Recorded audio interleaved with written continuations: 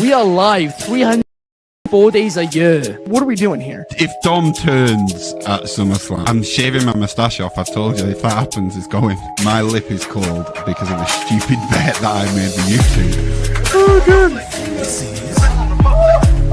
Wrestle's better than Daniel Bryan Daniels. Better than Okada. How do you not get sushi after Monday Night Raw? Welcome to Wrestling Republic's daily broadcast, a show where a rotating cast of wrestling fans from around the world come and share and debate their opinions, with live comments from all of you shown throughout, as after all, fans are what makes wrestling so special. So sit back, grab a beverage, and enjoy the show. What is going on, everybody? We are back once again with another edition of Wrestling Republic's daily broadcast. It's Saturday, January 3rd. Happy New Year if you haven't already heard it from me yet. We had an electric SmackDown last night. I'm Clark. I'm your host today. We're going to break all of that down. I mean, honestly, we talked about 3-hour SmackDown yesterday. Like, we were all nervous and everything. And it felt like the WWE was like, how about this? Watch this. I'm going to need an awesome crew here to break it down with me. And I've got one. First and foremost, let me send this one out to Philadelphia really quickly. You know Anthony as well as anybody. It is the head of opinions, Anthony Ricciardi. How are you on this fine Saturday? Happy New Year. Yeah, Happy New Year. It's I was not expected to be on this one. I'm filling in, breaking glass in case of emergency. No, I'm looking forward to doing this. My first show of 2026 to cover the SmackDown, which was solid, and obviously we'll get into it. So let's get into it. Absolutely. But before we do, let me introduce our other co-host for today. I'm stoked to have him in the building, no doubt about it. Let me send it to the great state of Georgia, to our good friend Lawrence. Good to have you back, man. Happy New Year. How you been? What's going on, man? Good to be here with Clark and yourself. You know, good to be here with you, my brother, as well as good to be here with Anthony. I kicked my first show off with both of you guys, so I'm happy to be here with both of you guys again. So I'm excited. Let's get it. Yeah, it is a heck of a crew. Now we got 2 shows under our belt after today. I'm definitely fired up about that, and it's a new year, no less, too. So let's get right into this, though, because a good friend of the show here, and he's already in the comments. We see it right here. Numero 1 Superfly. He's been begging for 3 stages of hell since the outset of the daily broadcast, and I don't blame him because it has become a running joke on the show, and I appreciate it so much. He's a friend of the program, longtime friend of the program. And we finally got it. We finally got our 3 stages match. So cheers to you, numero 1. For sure, we're here. Interestingly enough, we did do predictions when it comes to what the stipulation would be earlier last week. That was with me, Anthony, and Mary. Now, Lawrence, you weren't on that show. I want your thoughts and your initial reaction coming out of this because our predictions were a little bit different but close. And I want to know what your mindset was going in to announcing the stipulations and then how you feel about it now that they've been announced for the match in Berlin. Definitely, yeah. So, I mean, going into the 3 stages of hell, I pretty much thought that we were going to see at least a last man standing match in the middle, right? That was my second pick for match. I had a feeling that it was either going to be a steel cage or a Hell in a Cell match to be the third match.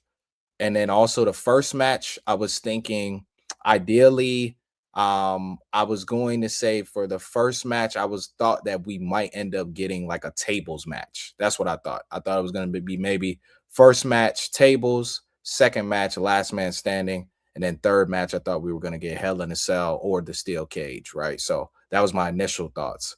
Now that we have the actual stages out with us going ahead and now having a traditional one-on-one match to start us off, then we'll have the second one, a Falls Count Anywhere, and then the third one, we're going to have a old school steel cage match.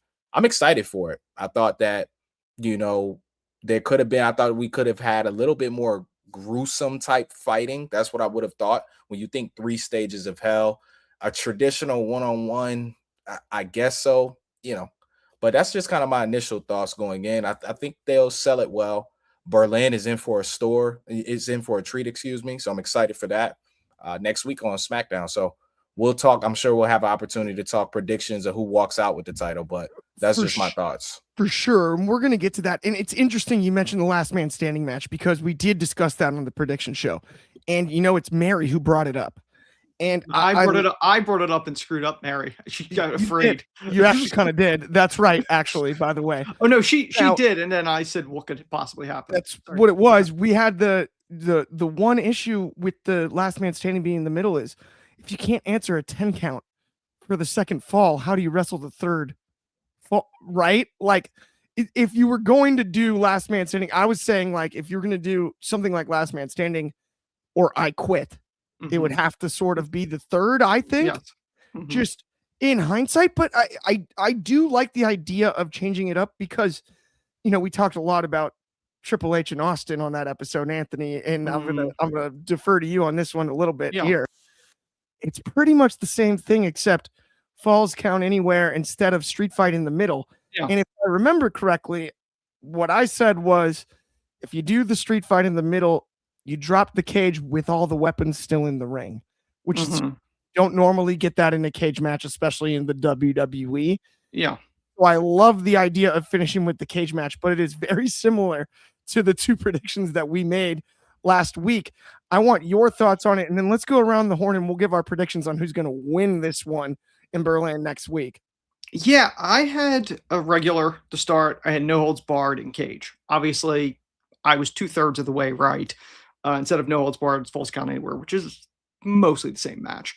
The concept of 3 stages of hell is essentially it's a 2 out of 3 falls match, but each fall the extremism goes up a notch. I think everyone thinks the Hell in a Cell with the last one. And I think we all did. That was a whole debate of a conversation because we all had this Mandela thing of like, oh yeah, they definitely did a Hell in a Cell. They did. I think it's just the Hell name. We automatically assume that the Hell in a Cell was involved. They are limited probably next week because they're international area. So like realistically, cage was probably the most they could possibly have done other than last man standing or an I quit or something like that. I think I said last week, if they did a last man standing at the end, you run the risk of both guys getting counted out and to extend this. I don't think this goes further than this. I do think it's going to be hard hitting. I said I really hope they would go commercial free with this, but I don't think they will. I think there'll probably be commercial breaks in between the falls, which doesn't bother me as much as if they did a commercial break during the period of the fall. Like I don't want that. As long as you get the full thing, I don't have an issue with it. That was always my problem with when AEW does Blood and Guts on TV is the fact that like it'll come back from a commercial break and something had happened that you didn't see. And you have to watch it on replay. That is a very good call. Or you don't see it. So like I don't have an issue with it if we're not missing any action in between the falls. If that's what you want to do, I'm okay with that. Just not during the actual action part. One interesting thing that you brought up when it comes to this match is with the steel cage part of it that we discussed earlier. I'm thinking back, and I may be wrong on this. Kobe would probably know off the top of his head. There's a number of people I know that would know off the top of their heads. I think in WWE history, of all of the 3 stages of hell matches that have ever been booked, the final match has either been ladder or steel cage. I believe so. It's either ladder because Shawn and Triple H was it Armageddon or what was Unforgiven? Armageddon? I think it was Armageddon. That one was the ladder for the world title. One was the ladder was the final one because that gave Shawn the advantage a little bit, right? Yeah. And then but I don't think they've ever done anything outside those two. I also think there's an argument being made when it comes to the Hell in a Cell thing. We've been able to do 3 stages of hell matches in the video game for pretty much our entire adult lives. And who in the wide world of sports didn't book their dream match with 3 stages, stipulations, and Hell in a Cell being the last one? Like everybody did that at one point. I think that's part of where that comes from. I also think I understand the WWE protecting the Hell in a Cell from it doesn't need to be. That would be the most extreme 3 stages match. That better be like that. That would be something that if Cody was going to finish the story, like not at WrestleMania, you would like it would have to be on that scale. I think for you to drop a Hell in a Cell over the end of a 3 stages match with any rivalry. It would have to be like the most important rivalry in the history of the WWE. At least that's my opinion. The only one recent memory wise that could have probably get away with it might be Punk and Seth. Maybe you can go that route with them. Although, and hang on, not to cut you off, but like health wise, dude, come on that one, right? I am just talking rivalry wise, not whether or not their bodies can. We're back to the video game now. Yeah, no, but I'm saying like as far as like heated rivalries, that's really the only one currently that you could possibly get there if you wanted to.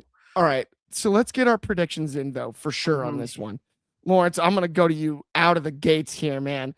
Who do you got winning? And honestly, if you have the time, give me the order. Yeah, I got you. I would say that who do I have winning and who I want to win are two different things. But who do I have winning is Cody Rhodes. I see Drew McIntyre picking up the first fall.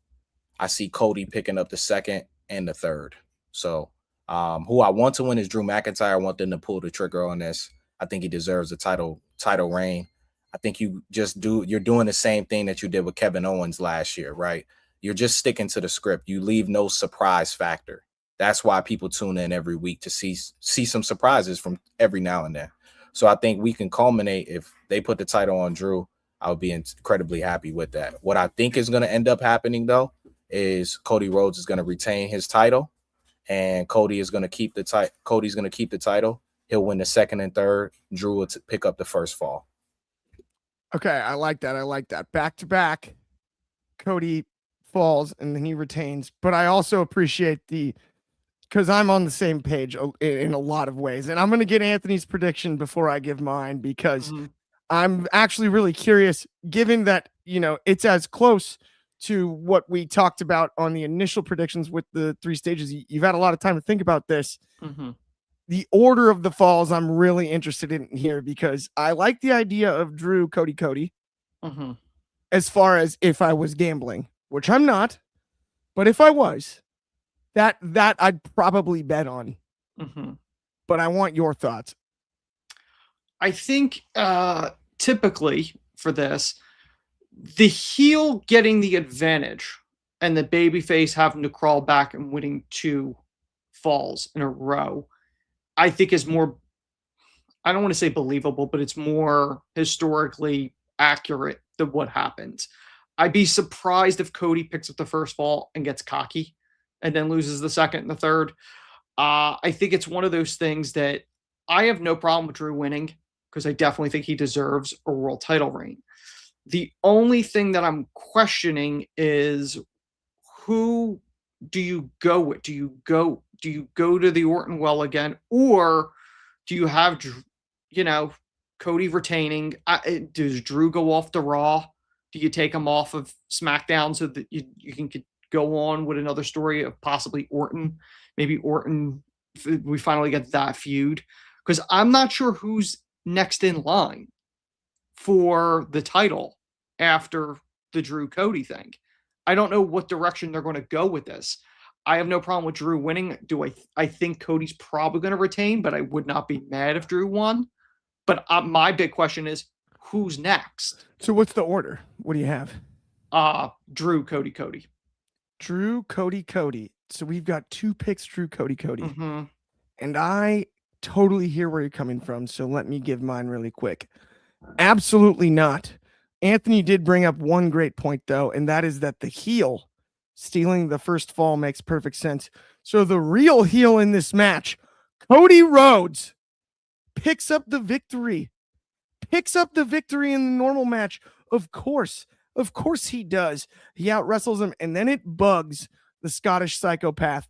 It bugs him enough that falls count anywhere. Leg of this run is off the charts violent. And I have the best feeling in the world.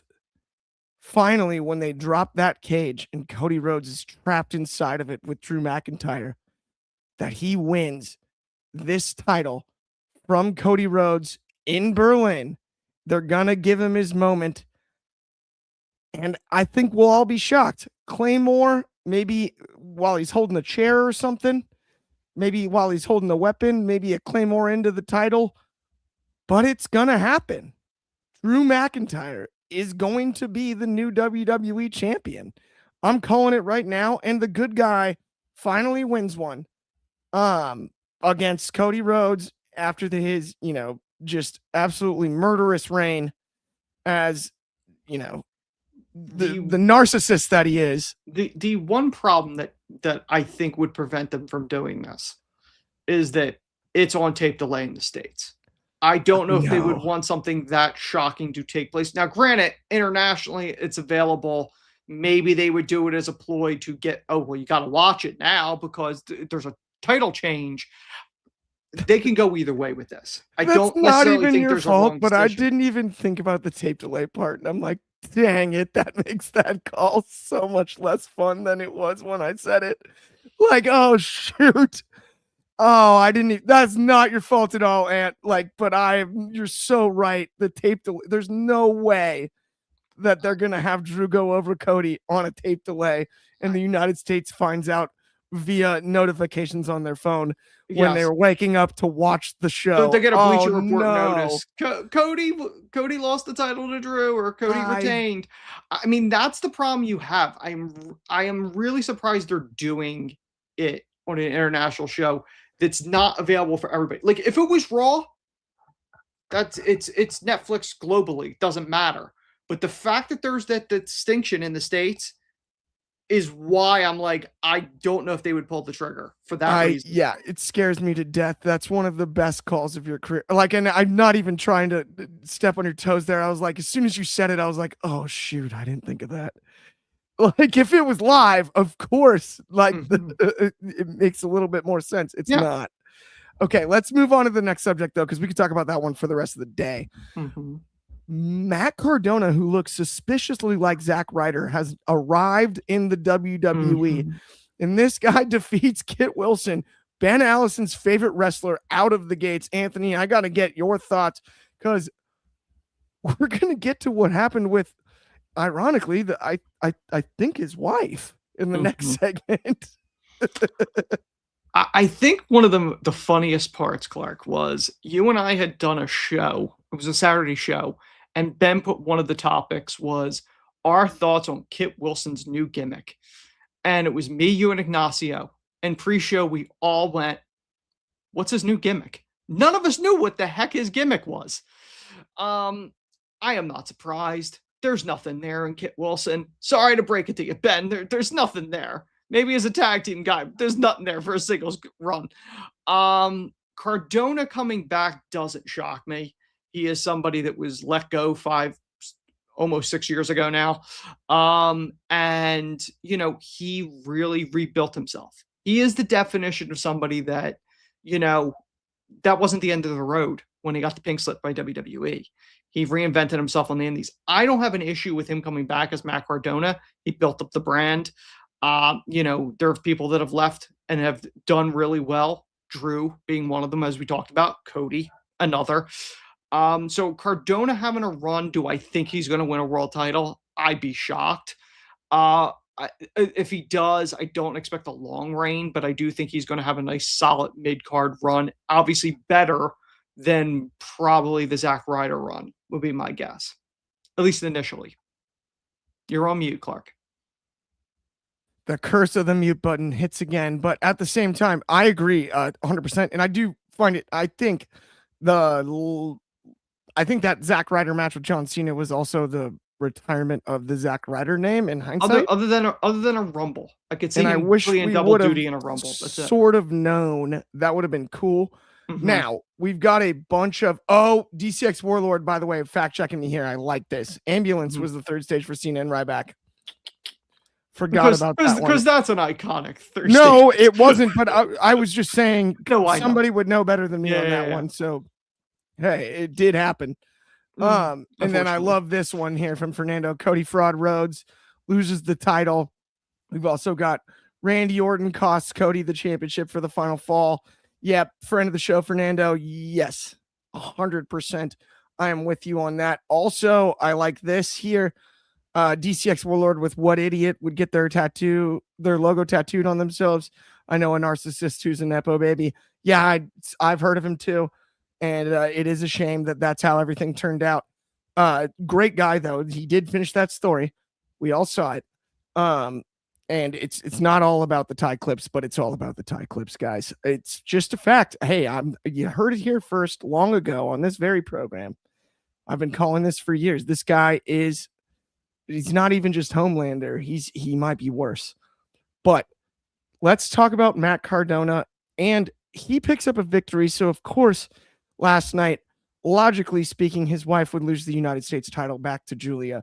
That makes perfect sense. I couldn't have drawn it up. I mean, what? Julia is awesome. I covered Julia on Tuesday nights on NXT alongside Stephanie Fakir when she got called up for a long time. And she gets called up to the main roster, wins the United States women's title, drops it. Chelsea Green picks it up. Chelsea Green goes to NXT carrying that belt for months on end. It does a storyline with All Ego, Ethan Page. And then the night that Matt Cardona debuts, drops the title right back to Julia. I want better for Julia. I think Chelsea Green's outstanding. And I don't think this hurts Chelsea Green at all. She doesn't have to carry the United States title all the time. And it's fun when she does. But if we keep hot potatoing this thing, I do feel like it's going to be hard to compare back to the men's United States title. It's going to be hard to compare back to the women's Intercontinental title. Any of the mid-card titles, if we keep hot potatoing it this way and we don't let somebody sort of establish footing while carrying the belt as the legitimate holder of the title, it's going to hurt the value of it in the long run. I hope that this is the start of something awesome headed towards Mania for Julia. Lawrence, though, I want to get your thoughts because I actually thought the match was fun. It wasn't the longest match of all time, but I thought it was a fun match. Yeah, it definitely was a fun match. I enjoyed seeing Queen capture. I enjoyed seeing her capture the title back. I know Chelsea, she did some great stuff down there at NXT with All Ego, Ethan Page. Big fan of his. Big fan of Chelsea Green as well. I thought she's done, incredible work just the past 2 months, like you said, down there in NXT. But I thought this was a good decision to pull the trigger, give a fresh face opportunity again. I think the first time she held it wasn't really long enough, in my opinion. But to establish her and let her go on a nice run, she's did great work, like you mentioned, in NXT. I had the pleasure to be able to watch her for the past 6 to 12 months and be able to just see her growth from the time when she arrived in NXT directly from Japan, pretty much following right behind, people, Io Skies, the Asukas, people coming from Japan and being able to actually get over a bit more. I'm excited to see what's next for her. I'd like to see her go on a run and really build the United States Women's Championship and not have it like, because I think you kind of have the same thing happening with the Intercontinental Championship as well, too. Like Becky Lynch was kind of brought in to elevate the title. But then as you playing a hot potato with the mid-card titles, right? The same thing with the Open Challenge. It was cool when John Cena did it, Sami Zayn did it, but now it's just too much, right? Every week, Open Challenge. It just, sometimes now you can wear things out, right? So my thoughts with Queen winning the the United States Championship, I think it's a good decision. I think it's going to make for some good time, and I'm excited to see this build up. I'm sure she'll be in the Royal Rumble, so title won't be defended at that event. But more than likely, maybe she'll probably have a couple of the title defenses before WrestleMania. But I think she'll carry the belt into WrestleMania. That, I think, is the most fascinating part of what you just said. And I was going to ask you that literally as a follow-up, and I'm glad you mentioned it at the end. My only fear here is, when are we going to have this title defended in like a rivalry on a PLE?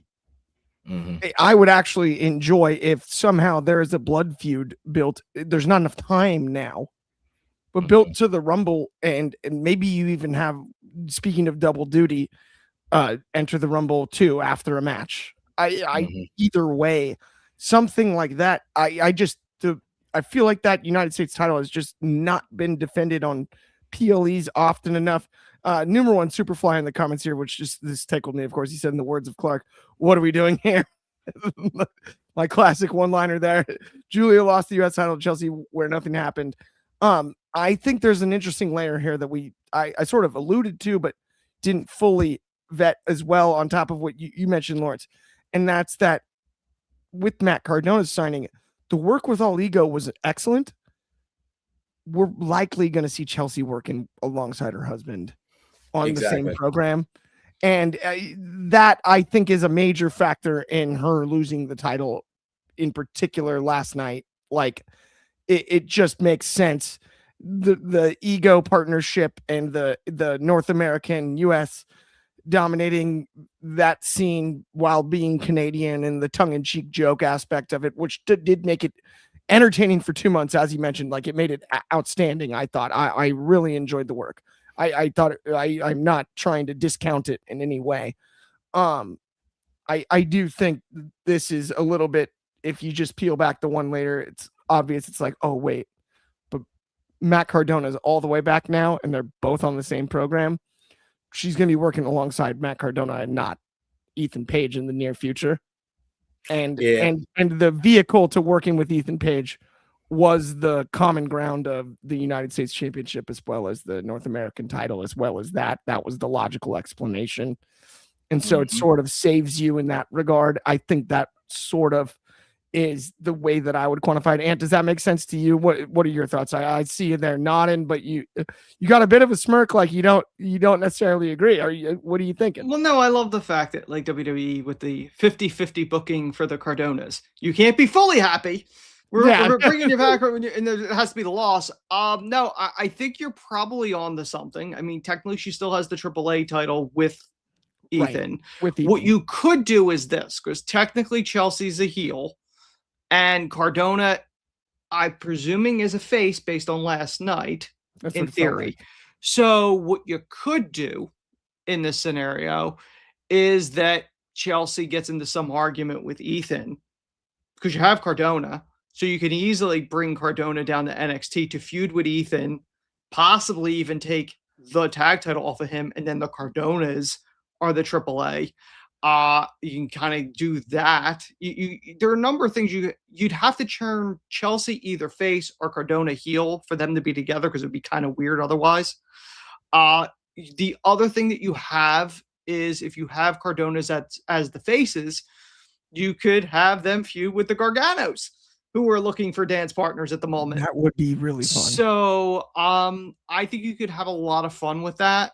And obviously they have 3 hours of TV to kind of run with stuff. I would hope that there'd be more emphasis on that US title now that they have the quote unquote extra time, maybe. But it's one of those things that I feel like the secondary titles, they did the same thing they did with the tag titles when they first introduced them. Well, we got them.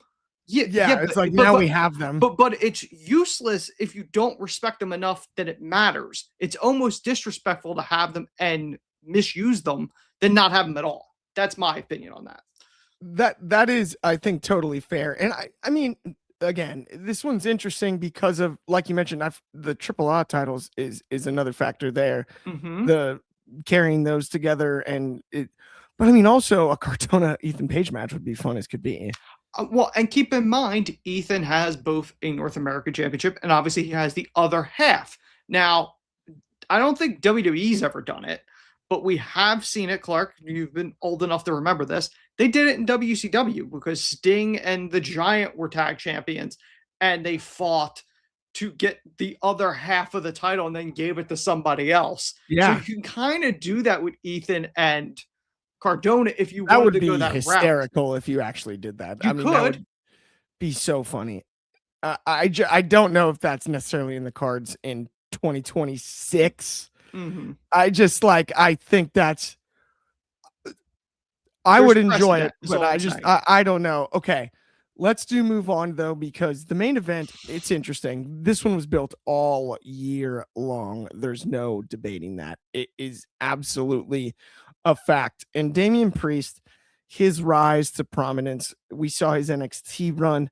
He wasn't necessarily in the world title picture in NXT as long as you would expect somebody to be as effective of a main roster call up as he's been over time. And I think that's one of the most impressive things about Damian Priest. Aleister Black's road is totally different because he might have been the most electric character on NXT during his run there. And then we couldn't figure it out. And then he goes to AEW and we watched him in AEW and the entrance was great. And we always thought, when are they going to pull the trigger on how great Malachi Black could be at the time? We like it, and then it didn't really happen. And now he's back and I've enjoyed the work. I thought last night's match was off the charts. I really thought it was. But the answer to that question that I asked earlier when it comes to when are we going to pull the trigger on Aleister Black and getting a push is I guess not now. Because we did all of this work and he's supposed to be the nastiest guy, the guy that Damian Priest can't get rid of. And Damian Priest just beats him. He just beats him. He just beat him. He's not that scary. And for a horror figure, you can't just keep taking losses as good of a professional wrestler as he is. You might as well just make him a Muay Thai fighter, call him Tommy End like we used to. And be like, yeah, he also likes metal music. It bothers me. I can't figure it out because I think Damian Priest is so good, but I also think Aleister Black is so good. And I thought this match was enjoyable. I just didn't know what to do with it. Lawrence, can you explain to me what you thought and your feelings on it coming out of this for both guys? Yeah, coming out of it, first thoughts is, all right, we're finally finished here. You know, it took, and this is where we talk about, you know, WWE always says we do long-term storytelling. Really, long-term. It took you this long to culminate this feud with no title involved. Just beef, right? And then it took, you know, like maybe the last 30 to 45 days, you know, for, you know, pretty much I would say post-Survivor Series for Damian Priest to get Rhea Ripley a little bit involved to help him out. So it's just like he's been dealing with this Aleister Black problem. And this is where we just talk about the booking wise. It shouldn't have taken this long. You know, we've went this entire time with them feuding every single week on SmackDown. Now, the match execution I thought was cinema, right? Closed it out. Buffalo, where I'm originally from. Shout out to all of my people up there. Really great show last night. So I thought that this was perfect for main event. I thought Damian Priest showed his prowess, right? To see him close the show, you know, but now I want to see Damian Priest. We can't just have Damian Priest go back to doing nothing. He needs to put himself right in that world heavyweight title picture, right? It belongs right there. If you're going to keep Drew on SmackDown, if Drew walks out, however he walks out, you keep the four guys, Randy, Drew, Cody, and Damian Priest right there, right? And eventually Jacob Fatu will be making his return. He'll be sneaking in this background at some point within the next couple of weeks, probably a Rumble return for Jacob Fatu. But yeah, that's just really my thoughts. Aleister Black, where I should look for him next, I see Aleister Black feuding with Matt Cardona. That's where I see Aleister Black feuding next. I actually see Chelsea Green sliding with Matt Cardona, and I see her turning actually face. I see them doing some programming there, and I see Aleister Black going over against Matt Cardona. That's just my thoughts. So yeah. I actually totally dig that. I didn't even think about that. And it's funny because it ties directly to like the last segment, but like that is a good shout. And we were talking about the mixed tag possibilities when it comes to the Cardonas and I also think it's really interesting when it comes to this one. Damian Priest with like the Scott Hall comparisons and all of that did a lot of great things initially when he got called up and winning the world title. It was like, whoa. You know, that was fast, right? He's quietly, like sneakily, almost behind the scenes, developed a resume over like the last 3 years where he's worked with unique talent. Because you mentioned a lot of names. Jacob Fatu, which I agree with, alongside Damian Priest all day long. Yes. Who would that hurt? Sign me up. Where do I sign? Right? Like, take my money. So many names. But he's also worked with like Punk. He's worked with basically almost anyone you can name stylistically in a really like almost quietly impressive way that we don't really usually bring up. And it just, when you started mentioning potential opponents coming out of this, Damian Priest has carved a space in the WWE where he's a Swiss Army knife, and you can sort of have him work alongside anybody. You know, there's some comments here. The Priest is no Scott Hall. No, I know that, but he's inspired by him, and that's why he does the surfboard walkout and all of that. I'm not saying that he's just like Scott Hall, but Scott Hall was able to work with multiple different styles. And in that regard, yes, they are similar, and he's also inspired by Scott Hall. That's my only point there. I gotta ask you 100% on this one, Ant. Do you think that Damian Priest is arguably the most surprising main roster call up that we've seen from NXT, basically in recent memory? I would surprising, keyword surprising there, Ant. I don't necessarily know surprising. I mean, Damian's always had that talent in him.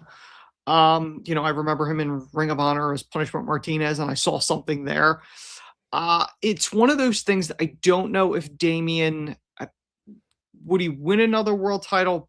Possibly. I think he has the potential, but he won the world title. Didn't win the WWE championship. There is a distinct difference between the two. So I wouldn't mind seeing him go that direction. I think the reason why this feud with Priest and Alistair went on as long as it did is that, quite frankly, I don't think they knew where else to put them. I think it's one of those victims of circumstance thing, timing, because they didn't want to plug either one of them into a world title feud. So they were like, well, we'll just have them fight each other because they're at equal footing. So we'll just do that. It's one of those things that you have so much talent and almost so many spaces to put things in. And I think that is probably one of the biggest problems. I mean, Monday I answered a question from Paul Walter Hauser about LA Knight. And I feel like it's the same thing where it's timing. And you can't really control timing when you have an overarching plan of whatever you're deciding to do. I'm assuming we're probably getting Cody Orton at Mania, I would assume. So Cody needs a dance partner between now and Mania. Or Drew does. One of them. You know, if Drew won, Damian is an obvious choice if you decided to go that direction. The fact that Alistair didn't win, if Alistair won this ambulance match, I would say he's Cody's next guy to hold him over until Orton. The one thing I do want to point out is, and I've said multiple times on the show, I wouldn't be shocked if Sammy won the Rumble. And I did love him throwing in the dig again. I do think in 2026, Sammy will win the world title at some point. But I also think the other interesting part is the reason Orton was not at Cena's last matches. Orton did a lot of publicity in Saudi. So could Orton be the winner of the Rumble because it would set up him and Cody at Mania? I think there's a lot of things in play leading up to Mania season. A lot of people have thrown their hat in the ring. Sammy last night during his promo, making a point of, like, with his young son, how many times did you hold the world title? I haven't held it. Why not? Like, I mean, it's not the first time they have mentioned Sammy and world title. And we know how much Hunter likes Sammy back from the NXT days. We've seen the footage. We know that. Orton is obviously chasing Cena's record now. He's the only one that could break it at this point. Charlotte. I mean, you know what I mean from the guy side. I'm sorry, I had to. No, but he's the only one that's even close that could ever get there at this point for a number of reigns. He's the only one. He's the only one in double digits. And Hunter ain't unretiring to chase it. Yeah. So, like, let's be real. They're the only ones that are there. I think it's going to be interesting going forward because SmackDown's 3 hours. We're getting in the Mania season. I'm curious to see where we're going from here. You know, and you brought up a lot of great points, and I obviously the Sami Zayn promo last night. We got to mention Trick Williams. Yeah, he was awesome. Love to see Trick on the show. I think Trick's going to be great on the main roster when he finally gets the shot, no doubt. When it comes to Sami Zayn winning the Rumble, I said it last year. I said, everybody and their mother has been like, oh, it's just like finish the story. Sammy wins it Mania in Saudi. I go, no. Have him win the Rumble in Saudi the year before and then get the job done, because the amount of pressure on that is going to mess up booking for Mania next year. Don't do it. So my pick to win this year's Mania is 100% Sami Zayn. Yeah, I think you could do Sammy. And then to me, if I'm booking it, and I'll make this as quick as possible because I know we got to go. Go for it. I'd have Sammy win. He faces Cody at Mania. That's when Cody goes Homelander on Sammy. Yep. That's when he has the dominant reign as a heel champ, and then Sammy can do the same thing Cody did, win it the second year in front of the hometown crowd. I like that call. Lawrence, before we go, what are your thoughts on that? Or do you have an early prediction for Rumble winner? Yeah, my prediction for the Royal Rumble winner is none other than your tribal chief, Roman Reigns. Right? So this guy. So I got Roman winning the Rumble this year. Particularly, I think that Roman will win the Rumble, and I believe that they are going to end up pulling the trigger on a Roman Punk match. So that's my thought. Wow, Roman Punk. Yep, and then over Roman Cody 3. Yeah, I got them pulling the trigger because remember he said in the ring, and they asked CM Punk asked him, who are you talking to, right? And Roman walked out. Roman is not going to be going to Vegas to be sitting there opening the show. Roman is a show closer. So that's my thoughts as far as winning. Now, I do believe what you guys are saying.